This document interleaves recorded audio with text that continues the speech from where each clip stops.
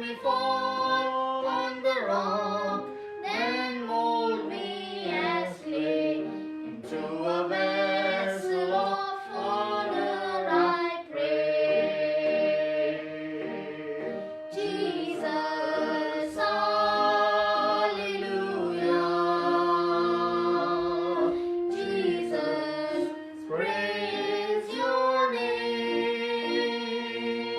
Yes, you are my strength, and you are my song. You are everything to me.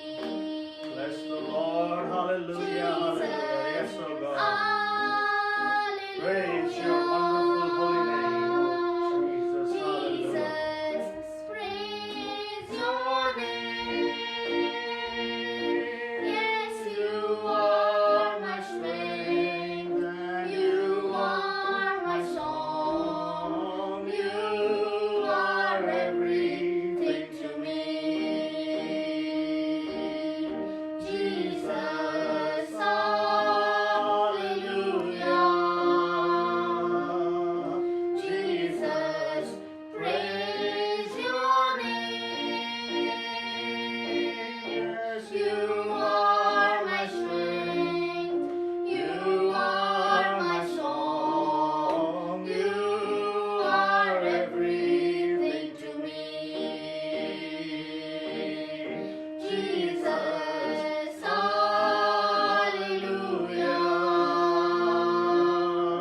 hallelujah. Jesus, praise your name. Yes, you are my strength. Praise the name of the Lord. Thank you, Father. Thank you, Lord. You are everything to me. Jesus, hallelujah. Jesus, praise your name. Yes, you are my strength. You are my song. You are everything to me. Praise the Lord. Praise the Lord. Thank you, Father.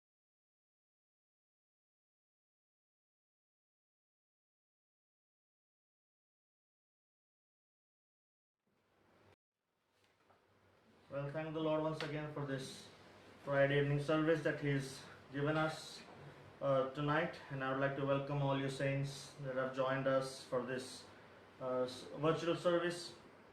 And I would also like to thank the Lord for making a way for us to be in touch, for us to continue to spread His word and continue to be in touch even though virtually. Thank the Lord for making this provision even before the foundation of this world. And we appreciate the Lord. We thank the Lord for all His mercies. We thank the Lord for all His loving kindness. And saints, as this pandemic is not yet over, and I don't know when will it really get over, but as we speak to people, as you meet people, and as you talk to them, there's one sentence that almost everybody says, and they say that this pandemic is here to stay and we need to live with it. That's the statement that everybody makes, that we need to live with this pandemic. We need to just take precautions and maintain 6 feet distance, wear our masks, and maintain the hygiene level. But we have to live with this pandemic. Nobody ever says that we need to live with God more. Everybody is willing to live with this pandemic, but nobody is willing to live with the Lord, and nobody is willing to see what the Lord wants to speak to us in this pandemic. But I believe the remnant think like that. I believe there are saints, and I believe you all are listening to me here tonight. I believe you saints think that yes, it's not just the pandemic we need to live with. I think we need to get to have a closer walk with the Lord. We need to know God a little more.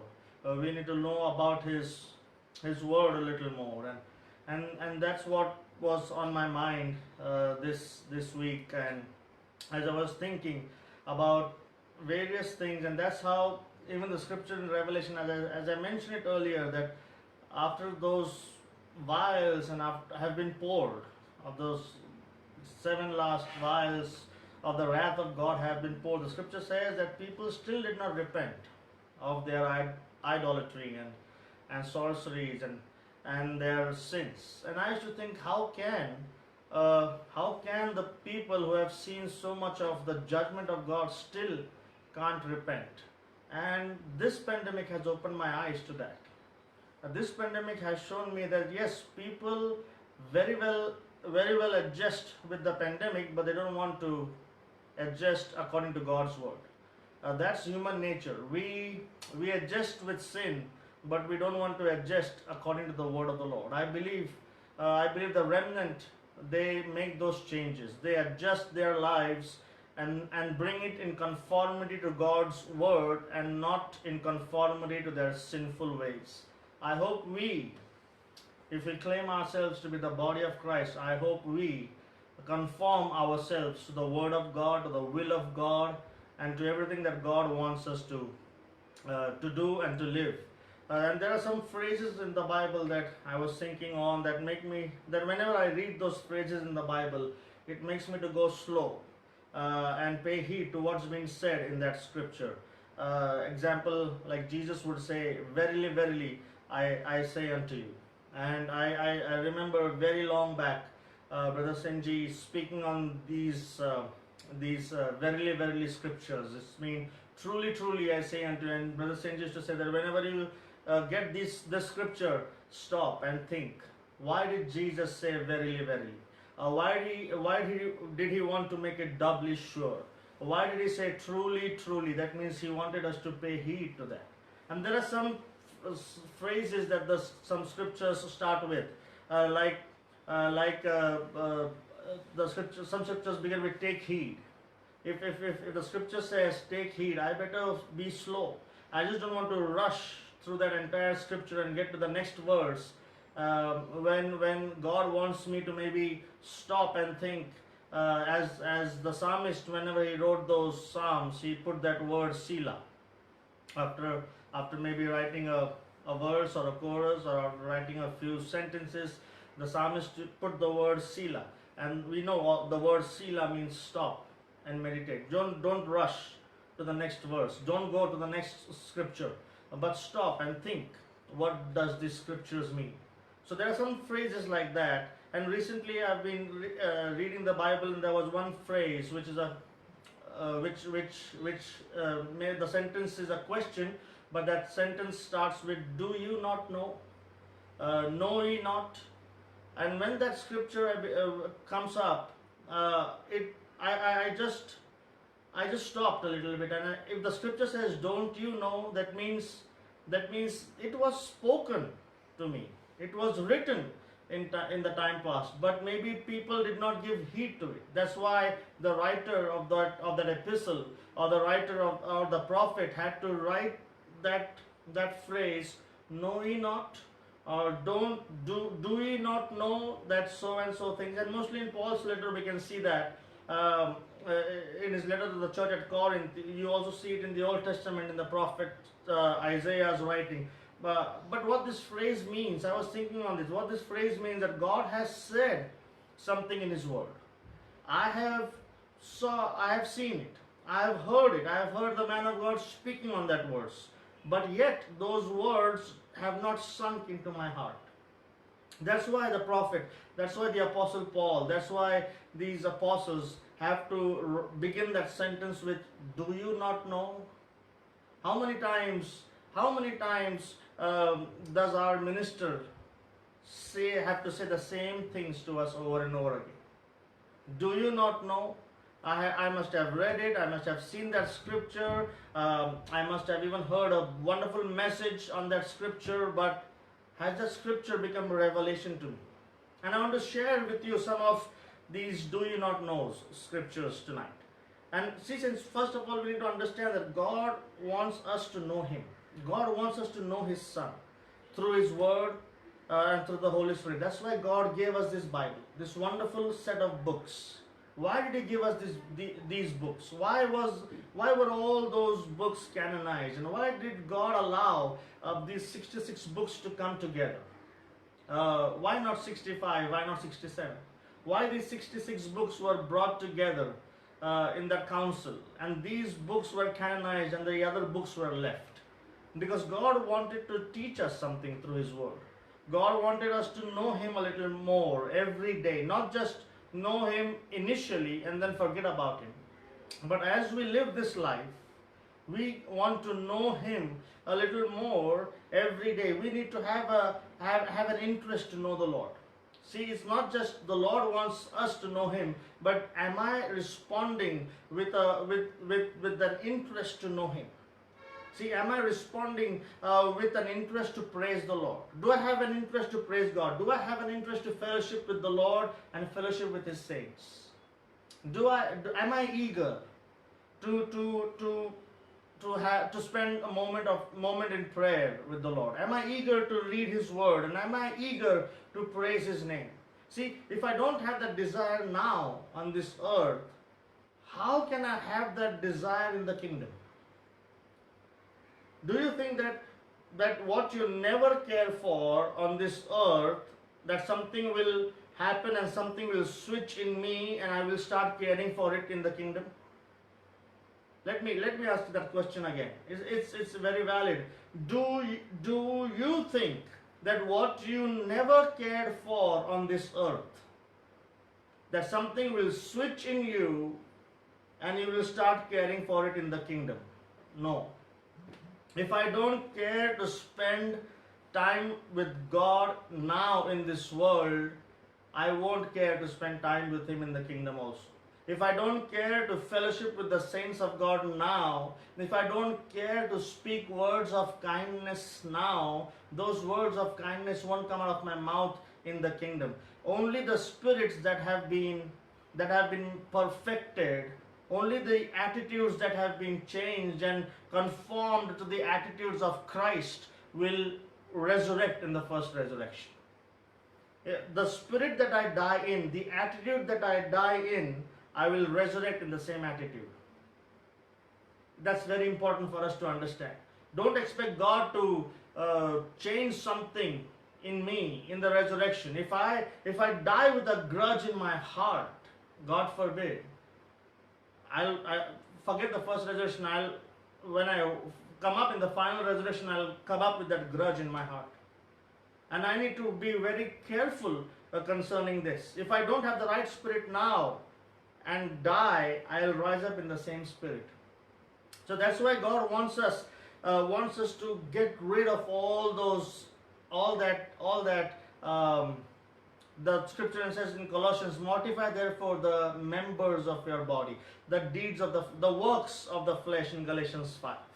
See, that's why God has given us the Holy Spirit to learn more about Him, to know more about Him. See, by reading the Word of God, and then the Holy Spirit has to just come in and make that word revelation to me. Many people read, but very few people understand. Very many people read the Bible, but to very few those words become a revelation. And when the Word of God becomes a revelation to me, it changes my life. It revolutionizes my life. I hope I pronounced it right. It comes inside, the Holy Spirit mixed with the Word of God, when I am eager to study the Word of God, and when I am eager to walk according to the Word of God, the Holy Spirit is there as a helper to help me to walk according to the Word that I have read. Because the Word becomes a revelation now.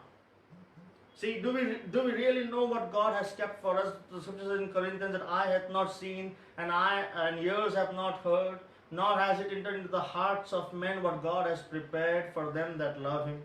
See, Jesus spoke so many things to the disciples. So many things, but still they were dull of hearing. They heard it, but they couldn't understand, they couldn't grasp it, they couldn't comprehend it. But something happened after the day of Pentecost, when they spent time in prayer, and when the Holy Spirit came upon them, those words which Jesus spoke to them for 3.5 years were life to them now. Now, those were not just words and scriptures, but they were words of life. The Holy Spirit came and made those words revelation to them. And since that's my prayer, that when we read the Word of God, that the Holy Spirit should come and make these words revelation to my life. Here in the epistle to the Corinthians, in 1 Corinthians chapter 2, Paul writes this verse, 1 Corinthians chapter 2 and verse 11. He says, "For what man knoweth the things of a man, save the spirit of man which is in him? Even so, the things of God knoweth no man but the Spirit of God." If we want to know the things pertaining to God, we need the Spirit of God. Not the spirit of this world, but the Spirit of God. The next verse clears that. It says in verse 12, "Now we have received not the spirit of the world." There are two spirits, saints, that are moving around, that are hovering over this world, the spirit of the world and the Spirit of God.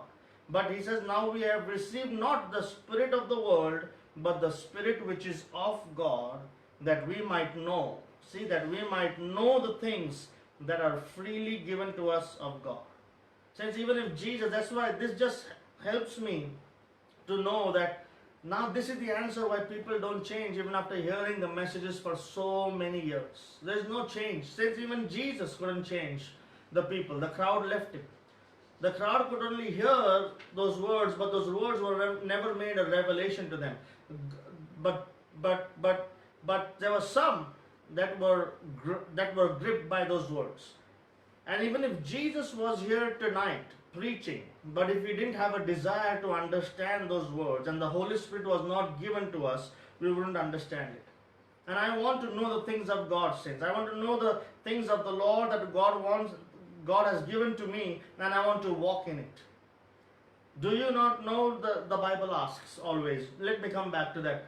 To that scripture. Do you not know? And many times we think so wrong about God, especially when we don't pay heed to the leading of the Holy Spirit. There are so many times the Satan puts doubts in our minds. That's the work of the devil. He is a liar. As I always say, if he opens up his mouth, he has to lie. He cannot speak the truth.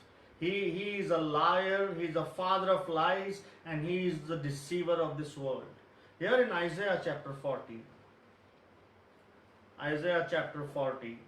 See, there are so many things, as I said, we so wrongly think about the Lord, and sometimes there is so much of blame that comes out of our mouth regarding the Lord and His workings. And here in Isaiah, Israel had the same problem. Isaiah chapter 40 and verse 27. "Why sayest thou, O Jacob," that means Israel, the prophet is writing to them, "Why sayest thou, O Jacob, and speakest, O Israel, my way is hid from the Lord, and my judgment is passed over from my God." See, does anyone among us think that God has forgotten me? That God doesn't care about me anymore? Do we have that thought in us sometimes, or many times, that where is Jesus in this situation? Doesn't He care? Doesn't He know what's happening to me? Doesn't He know what's happening to my children? Doesn't He know what my family is going through right now? Doesn't He know my situation? That's what Israel thought. Like, one more example that comes to my mind is like Martha and Mary, when Lazarus died and Jesus reached there on the fourth day, I think so, after 3 days, they told him, "Jesus, if only you had been here, he wouldn't have died." Well, it doesn't make a difference, saints, if we see Jesus physically or not in our midst. Saints, do you not know that He said that I am with you always, even unto the end of this age? That is His promise. Matthew 28. I am with you always. Let's see in the next verse. Isaiah says, this is God speaking through Isaiah, and He says, "Hast thou not known?" That's how He starts the scripture. Do you not know? Hast thou not heard? Wasn't it taught to you? Didn't you hear that in that service? Hast thou not known? Hast thou not heard that the everlasting God, the Lord, the Creator of the ends of the earth, fainteth not, neither is weary? There is no searching of his understanding. Have you not known? Again, he says that in verse 21 of the same chapter, Isaiah 40 and verse 21. Have you not known? Have you not heard? Hath it not been told to you from the beginning? Have you not understood from the foundations of the earth? It is he that sits upon the circle of the earth, and the inhabitants thereof are like grasshoppers. Isaiah was saying, by this time it should have been settled in your hearts that God is in control of all things. And he's not just a God. Now, when we come on this side of the day of Pentecost, now he's not just our God, but I need to understand, now he is my Father. And he cares for me. Since it's not just enough to sing, he careth for you. It's not just enough to read those scriptures, but the Spirit needs to make these scriptures revelation to me. That's very important. Why we may go through, or we may be going through some tough times right now. Maybe health-wise, in our families, on our job. We all go through tough times, and some of us may be going through those tough times right now. But saints, I want to encourage you all. Do you not know that our God is in control of everything? Do you not know that the Creator of the ends of the earth faints not, neither is weary? There is no searching of his understanding. Verse 29. Do you not know that he gives power to the faint? And to them that have no might he increases strength? Even the youth shall faint and be weary, and the young men shall utterly fail. But they that wait upon the Lord. Have we forgotten these scriptures, saints? Do we not know that God is still in control, and God still gives power to the faint, and he still increases our strength? And if we wait upon him patiently and with the right spirit, he'll renew our strength. Do we not know? Can you just go through all the scriptures in this regards? Do you not know? Can we just go through those scriptures? There are many scriptures, and I will take you through all the scriptures. But I just want to encourage all of us, saints. We have heard so much of the Word of God. We have heard messages after messages. We have heard the tapes right from the Lord Guruvin's messages.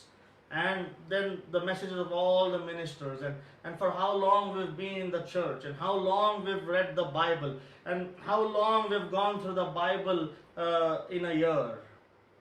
But saints, do we not know that our God, Lord, omnipotent reigneth? See, there's a scripture here in Romans, the 6th chapter. Romans chapter 6. I just want to tell you, saints, that take your concordance and just bring up those scriptures which start with know ye not, or do ye not know. Get those scriptures out and see what those scriptures want to tell us. I'm sure it will bless our hearts, saints. And here in Romans 6 and Romans chapter 6 and verse 3, again Paul says here. Now Paul says, know ye not? Don't you know it? Know ye not that so many of us were baptized into Jesus Christ, were baptized into his death?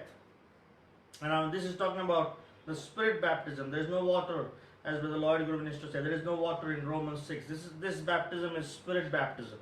And it says, do you not know that when we come to Jesus and are baptized in him through the Holy Spirit, he says, we were baptized into his death. That means Paul said that, do you not know that when you were baptized in Jesus through the Holy Spirit, there's a death to self, and there's a death to sin that occurs in us.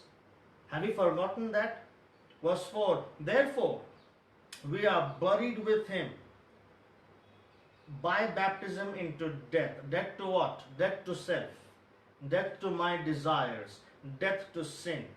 That like Christ was raised up from the dead by the glory of the Father, even so we also should walk in the newness of life. I don't walk the way I used to walk before. Have we forgotten these things, and have we gone back walking the way we used to walk before we came to Christ? Thinking the way we used to think, living a defeated life, living a life that is being used by the enemy and the devil. It says, do we really know this? And that sin and the thought of sin is foreign to me now. It's not my nature now. There's a new nature, or there's a new life in me. It is like Jesus living in me. The scripture in Galatians 2, and I believe it was 20, which says that it is Paul says, it's not I now live, but it's Christ that lives in me. And he says, I live now by the faith of the Son of God, who loved me and gave himself for me. Have we forgotten these promises, saints? It's my prayer that we know this, all these scriptures, saints. It's my prayer, just like I think it was a prayer of Paul. He wanted to bring back to their memory once again. That's why he said, don't you know?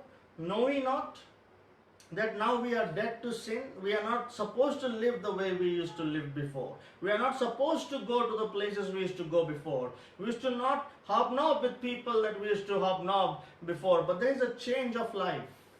There's not that selfish nature in me anymore, but Christ, the nature of Christ, that's in me. Have we forgotten these things? There's one more scripture in James chapter 4. Now the James, the half brother of Jesus, makes this statement in his little epistle, James chapter 4 and verse 4. He says, you adulterers and adulteresses, know ye not? Now he was reminding them once again. Don't you know that friendship of the world is enmity with God? Don't you know? Have we really known these things? Have we really understood? Has it really got into us that if we are friends with the world, we are the enemies of God? And still we want to be friends with the world. Still we want to live like the way the world lives. Have we forgotten these scriptures? That's why the apostles had to remind them again and again. And says, I want to remind each and every one of us again. And I want to encourage each and every one of us, saints, let's not forget these scriptures. Let's not forget those teachings that our fathers have taught us and laid a foundation. And let's build upon that now. Let's not go back to those beggarly elements once again, but let's walk in the newness of life. Let the new life be seen in us and let it emanate from us. Let the light of Christ emanate from us. And we don't want to be friends with the world, because James said, don't you know? Know ye not that the friendship with the world is enmity with God? Let's turn to 1 Corinthians 6. This is the chapter in which Paul uses this phrase a lot. 1 Corinthians chapter 6. If I'm not mistaken, he uses this 5 or maybe 6 times in this chapter. 1 Corinthians. I'll just read these verses, saints, and let's see if we have forgotten this. Let's see what was he trying to remind that church at Corinth. And since that's a reminder for us also, we are no better. We are no better. If the church of Corinth had a hope to get back to God, I think we all have hope to get back to God. And here's Paul exhorting this church. And he's telling them in 1 Corinthians chapter 6 verse 2. Do you not know that the saints shall judge the world? They were going to the court of law for little things and for their property problems and all, and they couldn't judge a small matter. They couldn't come to the ministry and trust the ministry. And he says, do you not know that the saints shall judge the world? Then again in verse 3 he says, know ye not that we shall judge angels? Have you forgotten all these things? Have you forgotten these scriptures, saints? Let's go to verse 9. Know ye not that the unrighteous shall not inherit the kingdom of God? Are we living an unrighteous life? Are we still going back to those weak, beggarly elements once again? Let's see what he says in verse 9. Be not deceived. Neither fornicators, nor idolaters, nor adulterers, nor effeminate, nor abusers of themselves with mankind, nor thieves, nor covetous, nor drunkards, nor revilers, nor extortioners shall inherit the kingdom of God. Have you forgotten? We may not do this physically, but are we a spiritual fornicator? Are we spiritually robbing something? Are we spiritually covetous? Are we spiritually revilers?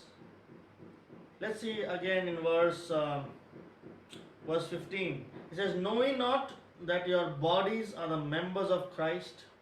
Shall I take the members of Christ and make them the members of an harlot?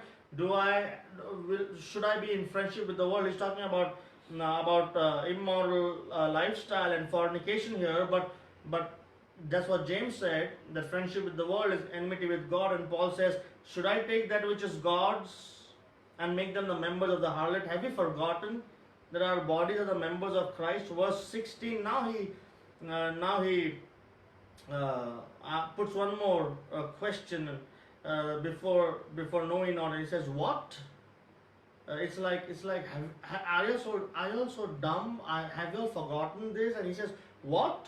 Know ye not that he which is joined to an harlot is one body? Again, verse 19, what? Know ye not that your body is the temple of the Holy Ghost which is in you, which you have of God, and you are not your own? He says, you're not supposed to defile our bodies, saints. We are supposed to keep and guard our bodies. It's the temple of the Holy Spirit. I don't want to defile my body with all the intoxicants and everything. Not only physical defilement, but also spiritual defilement. We don't want to defile our bodies. Now, when we see phrases like these, saints, I just want to maybe encourage you all. Let's stop and think. Whenever the scripture says, know ye not, that means have we forgotten those things? And since I think we all have forgotten many things that we've been taught. There's a song we sing, roll back the curtains of memory now and then. Help me to understand, Lord, where you brought me from and where I would have been. Remember, I'm human, and humans forget. So remind me, dear Lord. Saints, the Lord wants to remind us once again tonight. Have we forgotten? Do we not know that our body is the temple of the Holy Spirit? And when we see these phrases, saints, let's just stop and ask God, what does He want us to know, and what does He want us to follow? That's what my minister taught me. He taught me to meditate on Scripture. If it means to meditate on the Scripture the whole day, the whole of next day, so be it. That's why, since I can never complete reading the Bible in a year. I can never, because I get stuck on some scripture and maybe I spend 3-4 days on that scripture. But since we all need to do that, I want to take a hold of everything that God has for me before I leave this world. I want to take a hold of everything. I don't want to die in this half-baked. I don't want to leave this world half-baked. I want to be complete. I want to be perfect. And there are many things that we have forgotten, saints. Let's not forget these promises, as we saw that in Isaiah 40. Have we forgotten that God is in control? Are we blaming God for everything that we are going through in our life right now? Have we forgotten that it is God who strengthens us? It is God that still rules in the kingdoms of men. It is God that works, as Daniel said, whether it pertains to a man or whether it pertains to a nation. God has His way. Whatever the world is going through right now is exactly what God wants it to go through right now. Whatever situation we are in right now, yes, it may be because of our mistakes. Yes, but God is in cognizance of it. God has allowed it, and God knows exactly where we are, and God knows exactly how to provide and how to take care of us. It's only we that have forgotten some things, and God wants us to once again bring back to our remembrance. Paul said, remember those days when you were illuminated. Remember those days. Remember those days. Saints, let's remember the teachings. Let's not forget not only those days, but saints, many of us have forgotten God's word. And it's a reminder to us tonight. This pandemic is for us to get back to where God wants us to be. Do you not know that this pandemic is God's call for all of us to repent and come back to Him? Have we forgotten that? Are we getting used to live with this pandemic? Are we getting used to live with this? Oh, we will do everything, we'll protect ourselves, but we will live with this. That's our attitude with sin also. Oh, I'll go to church, but I'll also live the way I want to live. I'll adjust both ways. I'll serve God and I'll serve Mammon. I'll have one foot in the church and one foot in the world. Well, it's either the church or the world. Let's make the choice. Let's make the choice. Have you not known? Do you not know that friendship with the world is enmity with God? Let's bring back to remembrance, saints, all that we have heard and all that we have been taught and all that we have read. What's the use of God giving us this book then if we are not meditating on His words? That's what Psalms 1 says. On His word, on His law doth he meditate. You know why does that blessed man meditate on the word of God? Because he doesn't want to forget it. He doesn't want the prophet, he doesn't want the man of God to come and ask him a question. Have you forgotten? Do you not know? Do you not know? It is written. Again, there is one more phrase. It is written. Well, how will I know it is written unless I have read what is written? And since we have read what is written so many times, but we still forget. We still forget those promises. We still forget those scriptures, and we go back to where God brought us out from. Not physically, but our mind is still in Babylon. Our heart, our spirit is still in Babylon. We have not yet come out of Babylon totally, saints. Or I don't want to say Babylon has not come out of us. I'm still saying we have not come out of Babylon totally. We have just come out physically, but our thinking is just like Babylon thinks.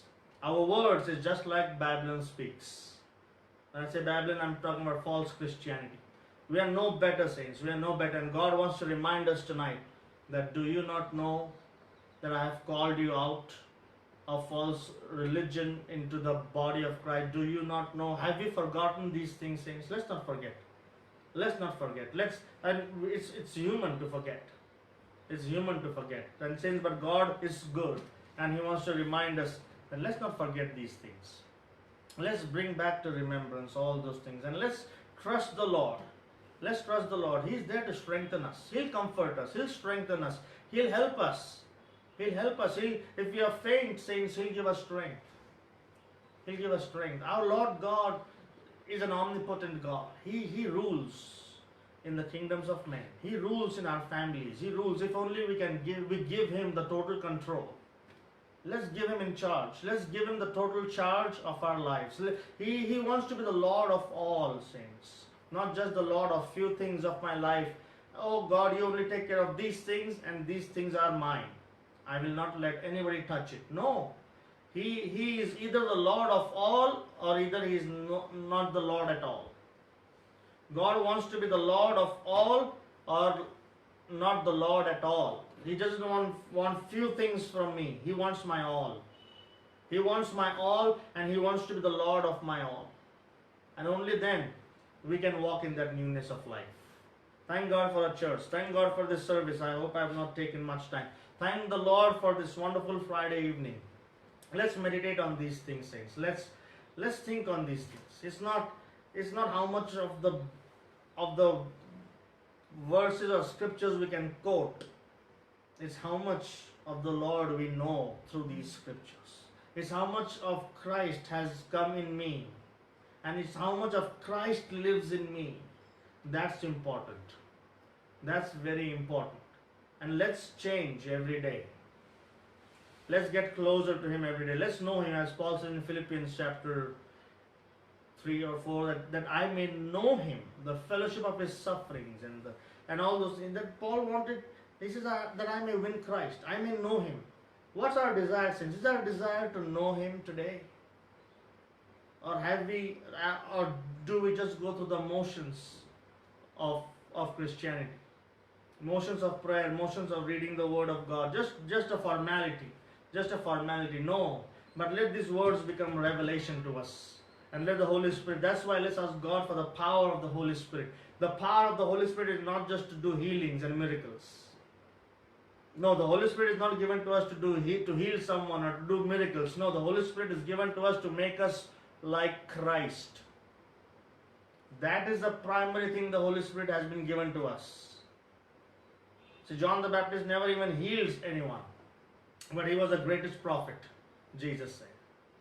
That's not the primary purpose of the Holy Spirit. That's not why the Holy Spirit has been given to us to heal somebody or to speak in or to show that I can pray more than anybody else or to do some miracles. No, how much of the Holy Spirit I have is proven by how much of Christ I manifest. Have you forgotten this? Has Babylon deceived us that the Holy Spirit is only to do healings and miracles? Well, let's come back. That's God's call to us to come back to Him tonight. And let's think on these things. Let's meditate on these things, saints, and may the Lord bless you all. Thank God once again for this service. Let's continue to pray one for another. Let's not forget to remember to pray for the work going on in the sanctuary. Let's continue to pray for that work. Let's continue to lend our support to the work that's going on in the church. Even if it's financially, let's support the work of the Lord. And we would like to thank all the saints, even in these times, have been so faithful in their tithes and offerings. This is for the local church I am speaking to. The saints have been faithful even in these trying times. They've always seen to it that their tithes reach the church and it's been put used to. And we appreciate all those saints that have been faithful. And let's continue to be faithful. Let's continue to support the church more through our prayers. Let's continue to remember all the elderly saints, all the ones that are sick and weak among us. Let's continue to remember all the saints of God in our prayers, and may the Lord bless all of you saints. Amen. Let's not forget to pray for the prayer requests that we have on our church group. Let's continue to pray for them also, and let's not forget to pray for Brother and Sister Senji also. Let's remember them in our prayers. Let's all pray. Thank you, Lord. Thank you, Father, once again for this service. Thank you, Lord, for reminding us, oh Lord, what we had forgotten, Father. Lord, as you're calling us tonight, as you're speaking to us, that do you not know? Lord, help us to remember those things. Lord, we just don't want to be namesake Christians, Father, but we want to be, and we want to come to that level where we are being made conformed to the image of Jesus our Christ. Help us, Father. We depend upon you, O Lord, and we want you to help us and to work out in us what you have desired and what you have willed for our lives. Be with all the saints of God, all the ones that are sick and weak among us, Lord. You touch them and be with them and continue to give them grace and strength, O Lord. Father, bless all your people that need your grace and need your strength in these trying times. As they go through problems and situations in their lives, Father, help them to remember that you still care for them and you have not lost control of anything in their lives, that they still belong to you and you are their Father. And all the saints, O Lord, that are sick and weak among us, the elderly saints, bless them. The work that's going on in the sanctuary, you continue to have a hand upon it and let it all be done well, Father, and be with us all. Once again, bless the weekend services throughout the body of Christ. Be with the saints of God in the ministry, Father. And bless all the saints and keep all of us, protect each and every one of us in this pandemic throughout the body of Christ. Bless your children and protect us and keep us safe. And bless us, O Lord, till we meet again on Sunday morning. Be with us, O Lord. In Jesus' name we ask and pray. Amen and amen. God bless you.